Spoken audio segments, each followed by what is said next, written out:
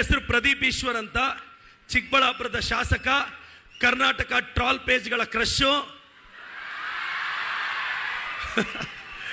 ಬೈಕೊಳ್ಳೋರ್ಗೆ material, ಹೊಗಳೋರ್ಗೆ content. ಬಹಳಷ್ಟು ಜನ youngsters ಇದ್ದೀರಾ, ಸುಮ್ನೆ ಗೆದ್ರೆ ವಿಕ್ಟರಿ, ಪಡಬಾರ್ದು ಕಷ್ಟಪಟ್ಟು ಗೆದ್ರೆ ಅದು ಹಿಸ್ಟರಿ ಅಂತ. ಕೆಲವರು ಹುಡುಗರು ಕೇಳ್ತಾ ಇರ್ತಾರೆ, ಪ್ರದೀಪಣ್ಣ ನಾನು ಡಾಕ್ಟರ್ ಆಗ್ಬೇಕು, ನಾನು ಕಷ್ಟಪಟ್ಟು ಓದ್ತೀನಿ. ಇನ್ನು ಕೆಲವರು ಕೇಳ್ತಾರೆ, ಸರ್ ಹೋಗಿ ಸರ್ MBBS ಇಂಜಿನಿಯರಿಂಗು ಡಿಗ್ರಿಗೆ ಸೇರಿದ್ದೀನಿ, ಫೇಲ್ ಆಗಿ ಹೋಗ್ತಿದ್ದೀನಿ, ಒಂದೊಂದ್ಸಲ ಸತ್ತೋಗ್ಬೇಕು ಅನ್ಸುತ್ತೆ. ಸತ್ತೋಗ್ಬಿಡೋಲೆ, ಮತ್ತೆ ಹುಟ್ಟಿದ್ರೆ LKG ಇಂದ ಆಗ್ಬಿಡ್ತಾರೆ ಹೇಳ್ತಾ ಇದ್ದೀನಿ. ಬೇಕಾ? ಇವಾಗಲೇ CBSE ಓದಕ್ಕಾಗ್ತಾ ಇಲ್ಲ, ಮತ್ತೆ ಹೋದ್ರೆ LKG ಇಂದ ಆಗ್ಬಿಡ್ತಾರೆ. ಆ ಕಾರಣಕ್ಕೆ ಯಾವತ್ತಾದ್ರೂ ನಿನಗೆ ಬೇಜಾರಾದ್ರೆ ಸ್ವಲ್ಪ ಕಷ್ಟಪಟ್ಟು ಓದ್ಬಿಡು ಅಷ್ಟೇ. ಮಗ ಕಷ್ಟಪಟ್ಟು ಓದ್ಬೇಕು, ಇಷ್ಟಪಟ್ಟು ಓದ್ಬೇಕು. ಹೆಂಗ್ ಓದ್ಬೇಕು ಅಂದ್ರೆ ರಿಸಲ್ಟ್ ದಿನ ಕರ್ನಾಟಕ ನಿನ್ ಬಗ್ಗೆ ಓದ್ಬೇಕು. ಹಂಗ್ ಓದಂಗಿದ್ರೆ ಸೀರಿಯಸ್ ಆಗೋದು, ಇಲ್ಲ ಅಂದ್ರೆ ದೊಡ್ಡದಾಗಿ ಕನಸು ಕಾಣಕ್ ಹೋಗ್ಬೇಡ. ಲಾಸ್ಟ್ ಅಲ್ಲಿ ಚಪ್ಪಾಳೆ ಹೊಡಿಯೋಣ, ಡೈಲಾಗ್ಸ್ ತುಂಬಾ ಇದೆ.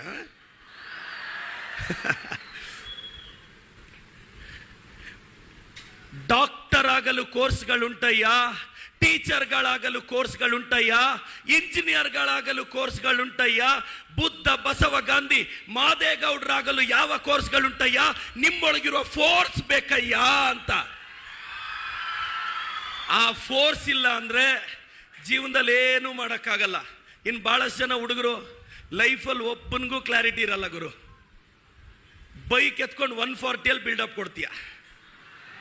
ಬಿಲ್ಡಪ್ ಕೊಡಬೇಕು ಅಂದ್ರೆ 40 ಹೋಗ್ಬೇಕು ಅನ್ನೋ ಕಾಮನ್ ಸೆನ್ಸು ಇಲ್ದೇ ಇರೋ ಜನರೇಷನ್ ಅಲ್ಲಿ ಬೆಳೀತಾ ಇದ್ದೀವಿ. ನಾನು ಎಲ್ರಿಗೂ ಹೇಳಕ್ ಇಷ್ಟಪಡೋದು ಇಷ್ಟೇ, ಲೈಫಲ್ಲಿ ಏನಾದ್ರೂ ಅನ್ಕೊಂಡ್ರೆ ಒಂದು 5-10 ವರ್ಷ ಶ್ರದ್ಧೆಯಿಂದ ದುಡಿರಿ, ಕಷ್ಟಪಟ್ಟು ದುಡಿರಿ. ಸರ್ ಹೋಗಿ ಸರ್ ಆಗ್ಲೆಲ್ಲ ಕ್ಲಾಸ್ ಕೇಳೋದು ಬೇಜಾರಾಗಿತ್ತೆ, 9:30ಗೆ ಸ್ಕೂಲ್ ಬೆಲ್ಲು ಬೇಜಾರು ತರಿಸಿದ್ರೆ 4:15ಗೆ ಅದೇ ಸ್ಕೂಲ್ ಬೆಲ್ಲು ಖುಷಿ ಕೊಡುತ್ತೆ ಮಗ. ಟೈಮು ಎಲ್ಲವನ್ನು ಬದಲಾಯಿಸ್ಬಿಡುತ್ತೆ, ಕಾಲ ಎಲ್ಲವನ್ನು ಬದಲಾಯಿಸುತ್ತೆ. ಬಹಳಷ್ಟು ಜನ ಹುಡುಗರು ಹುಡುಗಿರ್ದು ಒಂದೇ ಕ್ವಶನ್, ಅಣ್ಣ ನಾನು ಓದಿ ಚೆನ್ನಾಗಿ ಓದಿ ರ್ಯಾಂಕ್ ಬರಬೇಕು ಅಂತ ಆಸೆ ಆಗುತ್ತೆ, ಆದರೆ ಓದಕ್ಕೆ ಕುತ್ಕೊಂಡ್ರೆ ತಲೆಗತ್ತಲ್ಲ. ಈ ಏಜಲ್ಲಾದ್ರೂ ಗೋಲ್ ಇಟ್ಕೋ ಮಗನೇ, ಗೋಲ್ ಇಟ್ಕೋ. ಈ ಏಜಲ್ಲಾದ್ರೂ ಕ್ಲಾರಿಟಿ ಇಟ್ಕೋ. ಸರ್ ಕ್ಲಾರಿಟಿ ಇಟ್ಕೊಳ್ಳಿಲ್ಲ ಅಂದ್ರೆ ಏನಾಗುತ್ತೆ ಸರ್? ಲೈಫಲ್ಲಿ ಒಬ್ಬನ ಕ್ಲಾರಿಟಿ ಇರುತ್ತೆ, ಅವನಿಗೆ ದುಡಿಬೇಕಾಗುತ್ತೆ. ಲೈಫಲ್ಲಿ ಒಬ್ಬನ ಗೋಲ್ ಇರುತ್ತೆ, ಆ ಗೋಲ್ಗೆ ದುಡಿಬೇಕಾಗುತ್ತೆ. ಇಲ್ಲಿ ತುಂಬಾ ಜನ ಪೋಷಕರು ಇದ್ದೀರಾ, ಪೇರೆಂಟ್ಸ್ ಇದ್ದೀರಾ, ಅಪ್ಪ ಅಮ್ಮ ಬಗ್ಗೆ ತುಂಬಾ ದೊಡ್ಡ ಕನಸುಗಳಿರುತ್ತೆ. ಆದ್ರೂ ನಮ್ಮ ಬಾಧೆ ಏನಂದ್ರೆ ನಾವು ಅಪ್ಪ ಅಮ್ಮ ಮಾತು ಕೇಳಲ್ಲ. ವಯಸ್ಸಿಗೆ ಬಂದಿದ ತಕ್ಷಣ ನಾವ್ಯಾರು ತಂದೆ ತಾಯಿ ಮಾತು ಕೇಳಲ್ಲ. ಅವ್ರಿಂತ ಕೋರ್ಸ್ಗೆ ಹೋಗು ಅಂದ್ರೆ ಕೇಳಲ್ಲ. ಇನ್ನು ಜನರೇಷನ್ ಪ್ರಾಬ್ಲಮ್ ಏನು ಅಂದ್ರೆ ತುಂಬಾ ಜನದ್ದು ಏನೋ ಅಚೀವ್ ಮಾಡಬೇಕು ಅಂತ ದೊಡ್ಡ ಆಸೆ ಇರುತ್ತೆ, ಸಣ್ಣ ಪುಟ್ಟ ವಿಚಾರಕ್ಕೂ ಭಯ ಬಿದ್ದೋಗ್ತೀವಿ. ಇನ್ನು ಕೆಲವರು ಹುಡುಗರು ಸೂಸೈಡ್ ಮಾಡಿಕೊಂಡು ಬಹಳಷ್ಟು ಜನ ಹುಡುಗಿರು ಡಿಪ್ರೆಸ್ ಆಗಿ ಹೋಗ್ತಾರೆ. ತುಂಬಾ ಜನ ಹುಡುಗಿರ್ಗೆ ಒಂದು ಫಿಲಾಸಫಿ ಗೊತ್ತಿರ್ಬೇಕಮ್ಮ, ನಿನ್ನ ಲೈಫಲ್ಲಿ ಕಡಿಮೆ ಹರ್ಟ್ ಮಾಡೋ ಗಂಡ್ಸಿದ್ರೆ ಅದು ನಿಮ್ಮಪ್ಪ ಮಾತ್ರ. ಹುಡುಗಿರ್ ಲೈಫಲ್ಲಿ ಕಡಿಮೆ ಹರ್ಟ್ ಮಾಡೋ ಗಂಡ್ಸು ಅಪ್ಪ ಮಾತ್ರ. ಹುಡುಗನ ಲೈಫಲ್ಲಿ ಕಡಿಮೆ ಹರ್ಟ್ ಮಾಡೋ ಹೆಂಗಸಿದ್ರೆ ಅದು ತಾಯಿ ಮಾತ್ರ. ಮದುವೆ ಆಗಿರೋ ಗೊತ್ತಾಗುತ್ತೆ, ಮದುವೆ ಆಗಿರಿ ಗೊತ್ತಾಗುತ್ತೆ. ನಿಮ್ಮಮ್ಮ ಎಷ್ಟು ಗ್ರೇಟು ಅಂತ ನಿನಗೆ ಮದುವೆ ಆಗ್ಬೇಕು ಮಗನೇ. ನಿಮ್ಮಮ್ಮ ವ್ಯಾಲ್ಯೂ ಗೊತ್ತಾಗಲ್ಲ. ನಿಮ್ಮಮ್ಮ ನೀನು ಎಷ್ಟೊತ್ತಿಗೆ ಮನೆಗೆ ಹೋದ್ರೂ ಊಟ ಬಡಿಸ್ತಾಳೆ, ಏನೋ ಯಾಕೋ ಲೇಟು ಅಷ್ಟೇ ಅನ್ನೋದು. ನಿನ್ನ ಹೆಂಡತಿ ಮೂತಿ 2 ದಿನ ಆ ಕಡೆಯಿಂದ ಈ ಕಡೆಗೆ ತಿರುಗಿಸ್ತಾಳೆ ನಿನ್ನ ಮನೆಗೆ ಲೇಟ್ ಹೋದ್ರೆ. ಯಾಕೆ ಹೇಳ್ತಾ ಇದ್ದೀನಿ ಅಂದರೆ ಹುಡುಗರಿಗೆ ನಿಮ್ಮ ತಂದೆ ತಾಯಿ ಬಗ್ಗೆ ಅರ್ಥ ಮಾಡ್ಕೊಳ್ಳಿ. ತುಂಬ ಜನ ಹುಡುಗಿರು ಒಂದು ಫಿಲಾಸಫಿನ ಮರ್ತಿರ್ತೀರಾ. ನಿಮ್ಮ ತಾಯಿ ನಿನ್ನ ಸಕ್ಸಸ್ ಇಂದ ಇದ್ದಾಳಮ್ಮ ರೀ, ಇಂಥ ಸ್ಕೂಲ್ಗೆ ಅವಳನ್ನ ಹಾಕಿ ಅಂತ ಹೇಳೋದು ನಿಮ್ಮಮ್ಮ, ಆದರೆ ಸ್ಕೂಲ್ ಫೀಸ್ ಕಟ್ಟೋದು ನಿಮ್ಮಪ್ಪ ನಮ್ಮ. ಇಂಥ ಕಾಲೇಜ್ಗೆ ಹಾಕಿ ಅನ್ನೋದು ನಿಮ್ಮಮ್ಮ, ಕಾಲೇಜ್ ಫೀಸ್ ಕಟ್ಟೋದು ನಿಮ್ಮ ಅಪ್ಪ ನಮ್ಮ. ಇಂಥ ಹುಡುಗ ಇರ್ಲಿ ಅಂತ ಹೇಳೋದು ನಿಮ್ಮಮ್ಮ, ಚೌಲ್ಟ್ರಿಗೆ ಅಡ್ವಾನ್ಸು, ಅಡಿಗೆ ಭಟ್ರಿಗೆ ಅಡ್ವಾನ್ಸು, ಮುತ್ತೂಟೋ ಮಣ್ಣಾಪುರಮಲ್ಲೋ ಲೋನ್ಗೆ ಅಪ್ಲೈ ಮಾಡೋದು ನಿಮ್ಮಪ್ಪ. ಮದುವೆಲ್ಲ ಆದ್ಮೇಲೆ ಬಡ್ಜೆಟ್ ಸಪೋರ್ಟ್ ಮಾಡಿದ್ರೆ, ಗಂಡನ ಮನೆ ಕಡೆ ಕಾರ್ ಇದ್ರೆ ಚೌಲ್ಟ್ರಿ ಹತ್ರ ಕಾರ್ ಬರುತ್ತೆ. ಹುಡುಗಿ ಕಾರ್ ಹತ್ಕೊಂಡು ಹೋಗುವಾಗ ಹುಡುಗಿ ಅಳ್ತಿರ್ತಾಳೆ, ಅಮ್ಮಗ್ ಭಯ, ನನ್ನ ಮಗಳನ್ನ ಇಷ್ಟು ಚೆನ್ನಾಗಿ ಸಾಕಿದ್ದೀನಿ, ಅವ್ನು ಕಟ್ಕೊಳ್ಳೋನು ಹೆಂಗ್ ಸಾಕ್ತಾನೋ ಅಂತ ಅಳ್ತಿರ್ತಾಳೆ. ದೂರದಲ್ಲಿ ನಿಮ್ಮಪ್ಪ ಸೈಲೆಂಟ್ ಆಗಿರ್ತಾರೆ. ಯಾಕೆ ಗೊತ್ತಾ? ಅಪ್ಪಿ ತಪ್ಪಿ ಅವ್ನ ಕೈ ಕೊಟ್ರೆ ಮತ್ತೆ ಯುವರಾಣಿ ತರ ಸಾಕ್ತೀನಿ ಹೋಗು ಮಗಳೇ ಅಂತ ಆ ಸೈಲೆನ್ಸ್ ಅಲ್ಲಿ ಮೆಸೇಜ್ ಇರುತ್ತೆ. ಆ ಸೈಲೆನ್ಸ್ ಅಲ್ಲಿ ಎಷ್ಟು ಜನ ಗಮನಿಸ್ತಾರೆ? ನನ್ನ ಸಕ್ಸಸ್ಸೇ ನನ್ನ ತಾಯಿ ಸಕ್ಸಸ್ಸೇ ನಮ್ಮ ತಂದೆ ಅಲ್ವಾ ಸರ್? ನೋಡಿದೀರಾ ಅಣ್ಣ, 80% ಹಾರ್ಟ್ ಅಟ್ಯಾಕ್ ಬರೋದು ಗಂಡಸರಿಗೆ, ಅಪ್ಪಂದ್ರಿಗೆ. ಯಾಕೆ ಗೊತ್ತಾ? ಹೆಂಡತಿಗೆ ಬೇಜಾರಾದ್ರೆ ಹಾಲಲ್ಲಿ ಕುತ್ಕೊಂಡು ಗಂಡನ ಮುಂದೆ ಹೇಳ್ತಾಳೆ ರೀ ಹಿಂಗಾಗಿದೆ ಅಂತ. ಮಗಳಿಗೆ ಬೇಜಾರಾದ್ರೆ ಅಪ್ಪ ಅಮ್ಮ ಮುಂದೆ ಹೇಳ್ತಾಳೆ. ಯಾವ್ದಾದ್ರು ಮನೆಯಲ್ಲಿ ತಂದೆ ಕುತ್ಕೊಂಡು ಹೆಂಡತಿ ಮಕ್ಕಳ ಮುಂದೆ ಯಾವತ್ತಾದ್ರೂ ಕಣ್ಣೀರ್ ಹಾಕಿದ್ ನೋಡಿದ್ದೀರಣ್ಣ? ನೋಡಕ್ ಚಾನ್ಸೇ ಇಲ್ಲ. ಯಾಕೆಂದ್ರೆ ತುಂಬಾ ತ್ಯಾಗ ಮಾಡಿ ಫ್ಯಾಮಿಲಿ, ಫ್ಯೂಚರ್, ಮಕ್ಕಳು, ಭವಿಷ್ಯ, ಅವ್ರನ್ನ US ಅಲ್ಲಿ ಓದಿಸೋಣ, ಒಳ್ಳೆ ಕೋರ್ಸ್ ಓದಿಸೋಣ, ದುಡ್ದು ಮಕ್ಕಳು ಅನ್ಕೊಂಡು ಬದುಕೋದು ತಂದೆ ಒಬ್ರೆ. ಮುಂಗಾರು ಮಳೆ ಪಿಕ್ಚರ್ ನೋಡ್ತಾ ಇರೋವಾಗ ಅನಿಸುತ್ತಿದೆ ಯಾಕೋ ಇಂದು ಅಂತ ಹಾಡು ಕೇಳೋವಾಗ ಕೈಕೊಟ್ಟು ಹುಡುಗಿಯನ್ನ ನೆನೆಸ್ಕೊಂಡಾಗ ಬೇಜಾರಾಗುತ್ತಣ.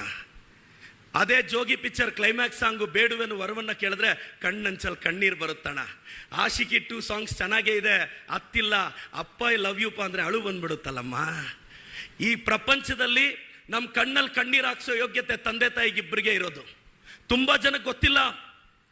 ನೀವೇನು ಅಂದ್ರೆ ಒಂದು ಲೆವೆಲ್, ಒಂದು 18-20 ವರ್ಷಕ್ಕೆ ಬಂದ್ರೆ ಯಾರು ನಿಮ್ಮ ಅಪ್ಪ ಅಮ್ಮ ಮಾತೇ ಕೇಳಲ್ಲ. ಎಲ್ಲ ಲಾರ್ಡ್ಗಳ ತರ ಆಡ್ತೀವಿ ಮಗ. ಯಾಕೆ ಅಂದ್ರೆ ನಾನು ಯಾಕೆ ಪೇರೆಂಟ್ಸ್ ವ್ಯಾಲ್ಯೂ ಬಗ್ಗೆ ಮಾತಾಡ್ತೀನಿ ಅಂದ್ರೆ, ಚಿಕ್ಕ ವಯಸ್ಸಲ್ಲೇ ತಂದೆ ತಾಯಿನ ಕಳ್ಕೊಂಡು ಬೆಳೆದಂತ ಹುಡುಗ ನಾನು. ಅಪ್ಪ ಅಮ್ಮ ಬಗ್ಗೆ ಏನು ಅಂತ ಇಲ್ದೇ ಅವನು ಹೇಳ್ಬೇಕು. ಮುತ್ತೈದೆ ವಿಧವೆ ಬಾಧೆ ಏನು ಅಂತ ಮುತ್ತೈದೆಗೆ ಎಲ್ಲ ಅರ್ಥ ಆಗುತ್ತೆ ಮೇಡಮ್. ಸಮಾಧಾನ ಮಾಡ್ಬೋದು, ಹೋಗಿ ಸಮಾಧಾನ ಮಾಡ್ಬೋದು. ಆದ್ರೆ ವಿಧವೆ ಬಾಧೆ ವಿಧವೆಗೆ ಗೊತ್ತಿರುತ್ತೆ. ಅಪ್ಪ ಅಮ್ಮ ಇಲ್ದೇ ಇರೋರ್ ವ್ಯಾಲ್ಯೂ ಅವ್ರಿಗೆ ಗೊತ್ತಿರುತ್ತೆ. ಒಂದು ದೇವಸ್ಥಾನಕ್ಕೆ ಹುಡುಗ ಹೋಗಿದ್ನಂತೆ.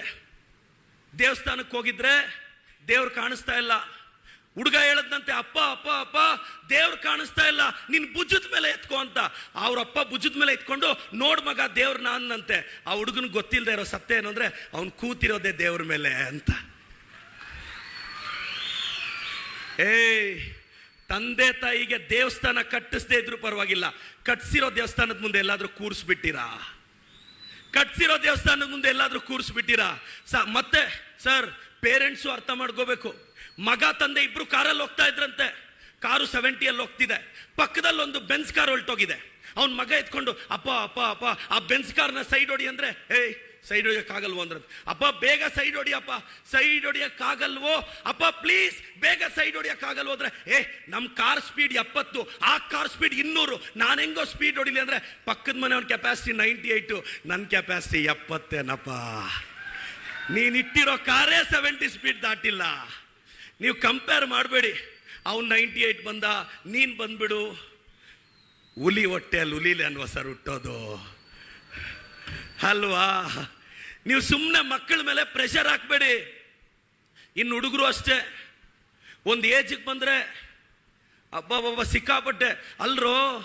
ಯಾವ್ದಾದ್ರು ಫಂಕ್ಷನ್ಸ್ ಅಲ್ಲಿ, ಫ್ಯಾಮಿಲಿ ಫಂಕ್ಷನ್ಸ್ ಅಲ್ಲಿ ಧೈರ್ಯವಂತರ ತರ ಕಾಣಿಸ್ತೀರಾ. ಏನಾದ್ರೂ ಲೈಫಲ್ಲಿ ಪ್ರಾಬ್ಲಮ್ ಬಂದ್ರೆ ಎದುರು ಪುಕ್ಕಳ ತರ ಆಡ್ತೀವಿ. ಮಗ ಧೈರ್ಯ ಅಂದ್ರೆ ಗ್ರೂಪ್ ಅಲ್ಲಿ ಇದ್ದಾಗ ಜೈಕಾರ ಹಾಕೋದಲ್ಲ, ಒಬ್ಬನೇ ಇದ್ದಾಗ ಲೈಫ್ ಹೆಂಗ್ ಫೇಸ್ ಮಾಡ್ತೀಯ ಅಂತ. ಒಂದು 10 ವರ್ಷ ಟಾರ್ಗೆಟ್ ಇಟ್ಕೊಳ್ಳಿ. ಕಿವಿ ಮುಚ್ಕೊಳ್ಳೋದು ಕಲ್ತ್ಕೊಳ್ಳಿ ಲೈಫಲ್ಲಿ. ಏಕಾಗ್ರತೆ ಎಲ್ಲರ ಹತ್ರ ಇದೆ, ಹಾರ್ಡ್ ವರ್ಕ್ ಎಲ್ಲರ ಹತ್ರ ಇದೆ, ಕ್ವಾಲಿಫಿಕೇಶನ್ ಎಲ್ಲರ ಹತ್ರ ಇದೆ. ಬಟ್ ಗೆಲುವಿಗೆ ಬೇಕಾಗಿರೋದು ಕಿವಿ ಮುಚ್ಕೋಬೇಕು. ಯಾರೇನಂದ್ರು ಒಂದು 10 ವರ್ಷ ಕಿವಿ ಮುಚ್ಕೋಬೇಕು. ಇನ್ ಬಹಳಷ್ಟು ಜನ ಹುಡುಗಿರು ಯಾವನಾದ್ರೂ ಏನಾದ್ರೂ ಅನ್ನಂಗಿಲ್ಲ, ಬೇಜಾರಾಗೋದು. ಅಮ್ಮ, ನಿನ್ನ ಕ್ಯಾರೆಕ್ಟರ್ ಸರ್ಟಿಫಿಕೇಟ್ ಕೊಡಬೇಕಾಗಿರೋದು ನಿನ್ನ ಕಟ್ಕೊಳ್ಳೋ ಗಂಡ. ಕಿತ್ತೋಗಿರೋರ ಹತ್ರ ಎಲ್ಲ ಸರ್ಟಿಫಿಕೇಟ್ ದಯವಿಟ್ಟು ಎಕ್ಸ್ಪೆಕ್ಟ್ ಮಾಡಬೇಡ. ನೀನ್ 1ರಿಂದ 10ನೇ ಕ್ಲಾಸ್ವರೆಗೂ ಓದಿರೋ ನಿನ್ ಸ್ಕೂಲಲ್ಲಿ ಹೋಗಿ ಕ್ಯಾರೆಕ್ಟರ್ ಸರ್ಟಿಫಿಕೇಟ್ ಕೇಳಿದ್ರೆ ಅವರೇ ಸಮಾಧಾನಕರವಾಗಿದೆ ಅಂತ ಬರ್ಕೊಡ್ತಾರೆ. ಸ್ಯಾಟಿಸ್ಫ್ಯಾಕ್ಟರಿ, ಎಕ್ಸಲೆಂಟ್ ಅಂತೆಲ್ಲ ಬರೆಯಲ್ಲಮ್ಮ. ನಿನ್ನ 10 ವರ್ಷ ನೋಡಿರೋ ಸಂಸ್ಥೆನೇ ಸ್ಯಾಟಿಸ್ಫ್ಯಾಕ್ಟರಿ ಅಂತ ಬರೀತಿದೆ. ಸೊ ಫಸ್ಟ್ ಈ ಪ್ರಪಂಚನ, ಸಮಾಜನ ಹೆಜ್ಜೆ ಹೆಜ್ಜೆಗೂ ಎಲ್ಲರೂ ಇಂಪ್ರೆಸ್ ಮಾಡೋದು ನಿಲ್ಲಿಸಿ. ಎರಡನೇದು, ಧೈರ್ಯ ಇಟ್ಕೊ ಮಗನೇ. ಲೈಫಲ್ಲಿ ಕಿತ್ತಾಡಿದ್ರೆ ನಮ್ಮ ತರ ಕಿತ್ತಾಡ್ಬೇಕು, ಇಲ್ಲ ತೆಪ್ಪಗೆ ಓದ್ಕೋಬೇಕು. ನಾನು ಯಾಕೆ ತುಂಬಾ ಜನ ಹುಡುಗರು ಅಂದ್ರೆ ಲೈಫಲ್ಲಿ ಏನು ಕನ್ಸಿರಲ್ಲ. ಈಗೆಲ್ಲ ಹುಡುಗರು ಅಂತ ಇರ್ತಾರೆ, ನಾನು ದುಡಿಯಕ್ ಸ್ಟಾರ್ಟ್ ಮಾಡಿದ್ರೆ ಲಕ್ಷಗಳು ದುಡಿತೀನಿ. ಮಗನೇ, 10,000 ದುಡಿಯೋದು ಎಷ್ಟು ಕಷ್ಟ ಇದೆಯಾ ಗೊತ್ತಾ? ನಾ ಬೆಂಗಳೂರಲ್ಲಿ ಈಸಿ ಅನ್ಕೊಂಡಿದ್ಯಾನೋ? ಇವತ್ತೆಷ್ಟೋ ಜನ ಡಿಗ್ರಿಗಳು ಮಾಡಿ ಕೆಲಸ ಇಲ್ಲದೆ ಭಯ ಭಯ ಭಯ ಯಾಕೆ ಬೀಳ್ಬೇಕು? ಅಣ್ಣ, ನಾನು ಚಿಕ್ಕ ವಯಸ್ಸಲ್ಲಿ ತಂದೆ ತಾಯಿನ ಕಳ್ಕೊಂಡೆ. ನಾನೊಬ್ಬ ಅನಾಥ ಹುಡುಗ, ಸಿದ್ಧಗಂಗೆ ಮಠದಲ್ಲಿ ಓದಿದ್ದು. ಬೆಂಗಳೂರಿಗೆ ಬಂದು ಅಕಾಡೆಮಿ ಕಟ್ಟಿದೆ. ಖಾಲಿ ಜೇಬು, ಒಡೆದ ಹೃದಯ, ಖಾಲಿ ಹೊಟ್ಟೆ. ನನ್ನ ಹತ್ರ 3 ಕಾಸ್ಟ್ಲಿ ಥಿಂಗ್ಸ್ ಇತ್ತು. ಒಂದು ಐಫೋನು, ಎರಡನೇದು ನನ್ನ BMW, ಮೂರನೇದು ಸ್ವಿಸ್ ಬ್ಯಾಂಕ್ ಕಡ ಇಟ್ಟರು ಬೈ ಮಾಡೋಕ್ಕಾಗ್ದಾರೋ ನನ್ನ ಗಟ್ಸು. ಇವು 3 ನನ್ನ ಬಂಡವಾಳ. ಇದಿಟ್ಕೊಂಡು ಅಕಾಡೆಮಿ ಸ್ಟಾರ್ಟ್ ಮಾಡಿದೆ, ಸಕ್ಸಸ್ ಆಯಿತು. 23ರಲ್ಲಿ ಎಲೆಕ್ಷನ್ಗೆ ಹೋದೆ, ಗೆದ್ದುಬಿಟ್ಟೆ. ನನ್ನನ್ನು ಕೇಳಿದ್ರು ತುಂಬ ಜನ ಹುಡುಗರು ಬಂದು, ಸರ್ ನಾನು ನಿಮ್ಮ ಥರ MLA ಆಗಬೇಕು. MLA ಆಗೋ ಪರವಾಗಿಲ್ಲ, ಆಗೋದು ಹೆಂಗೆ ಗೊತ್ತಾ, ಕಿವಿ ಮುಚ್ಕೊಳ್ಳೋ ಸ್ಕಿಲ್ ಇರಬೇಕು. ನಾವಂತೂ ಕಿವಿ ಮುಚ್ಕೊಂಡಿದ್ದೀವಿ, ಯಾರು ಬೈದ್ರು ನಮಗೆ ಕೇಳಿಸ್ಬಾರ್ದು. ನಿಮ್ಮ ತಂದೆ ತಾಯಿನು ಯಾರ ತಂಟೆಗೂ ಹೋಗದೆ ಸೈಲೆಂಟ್ ಆಗಿದ್ದು ಏನೂ ತೀರ್ಮಾನ ತಗೊಳ್ದೆ ಮನೆ EMI ಕಟ್ಟಕ್ಕಾಗ್ತಿದ್ಯನೋ, 2 ವೀಲರ್ EMI ಕಟ್ಟಕ್ಕಾಗ್ತಿದ್ಯನೋ, ಸ್ಟೇಟಸ್ ಎಲಿವೇಟ್ ಆಗಿದ್ಯನೋ. ಇಲ್ಲಿ ಬಡವ್ರ ಮನೆ ಹೆಣ್ಣು ಮಕ್ಕಳನ್ನ, ಬಡವ್ರ ಮನೆ ಮಕ್ಕಳನ್ನ ಯಾವ ದೊಡ್ಡಮ್ಮ ಚಿಕ್ಕಮ್ಮ ದಸರಾ ರಜಕ್ಕೆ ಕರ್ಕೊಂಡೋಗಿ ಹೊಟ್ಟೆ ತುಂಬ ಊಟ ಇಟ್ಟು ಬಟ್ಟೆ ಕೊಟ್ಟು ಕಳ್ಸಲ್ಲ. ನಿಮ್ಮಪ್ಪ ಶ್ರೀಮಂತರಿದ್ದೆ ದೊಡ್ಡಮ್ಮ ಕರೆದು ವಾರ ಮನೆಯಲ್ಲಿ ಇಟ್ಕೊಂಡು ಬಟ್ಟೆ ಕೊಡಿಸ್ತಾರೆ 2000ಕ್ಕೆ. ಹೇಳ್ತಾರೆ ನಿಮ್ಮ ಅಪ್ಪಗೆ ಹೇಳು, ದೊಡ್ಡಮ್ಮ 2000 ರೂಪಾಯಿ ಡ್ರೆಸ್ ಕೊಡಿಸಿದ್ರು. ಯಾಕೆ ಹೇಳಿ, ನೆಕ್ಸ್ಟ್ ಸಮ್ಮರ್ ಹಾಲಿಡೇಸಲ್ಲಿ ಇವ್ರ ಮಗಳು ಅಲ್ಲಿ ಹೋಗ್ತಾಳಲ್ಲ, ಇನ್ವೆಸ್ಟ್ಮೆಂಟ್ ಗುರು. ಸುಮ್ಮನೆ ಏನಾದರೂ ಯಾಕಮ್ಮ ಬಡವ್ರ ಮನೆ ಹೆಣ್ಮಕ್ಳನ್ನ ಯಾವ ದೊಡ್ಡಮ್ಮ ಚಿಕ್ಕಮ್ಮನೂ ಕರ್ಕೊಂಬಂದು ಫ್ಯಾನ್ಸಿ ಡ್ರೆಸ್ ಏನು ಕೊಡಿಸ್ತಾ ಇಲ್ಲ. ಶ್ರೀಮಂತರ ಮಕ್ಕಳನ್ನೇ ಕರೆಸಿ ನಾನ್ ವೆಜ್ ಮಾಡಿಸಿ ಬಟ್ಟೆ ಕೊಡಿಸೋದು. ಸ್ಟೇಟಸ್ ಜೀವನದಲ್ಲಿ ನೆನ್ಪಿಟ್ಕೋ, ವಾಟ್ಸಪ್ಪಲ್ಲಾಗಲಿ ಜೀವನದಲ್ಲಾಗಲಿ ಜನ ಸ್ಟೇಟಸ್ಸೇ ನೋಡೋದು. ಇಲ್ಲಿ ಪೇಷನ್ಸ್ ಇಲ್ಲ ಯಾರಿಗೂ. ವಾಟ್ಸಪ್ಪಲ್ಲೂ ಅಷ್ಟೇ ಸ್ಟೇಟಸ್ ನೋಡ್ತಾರೆ.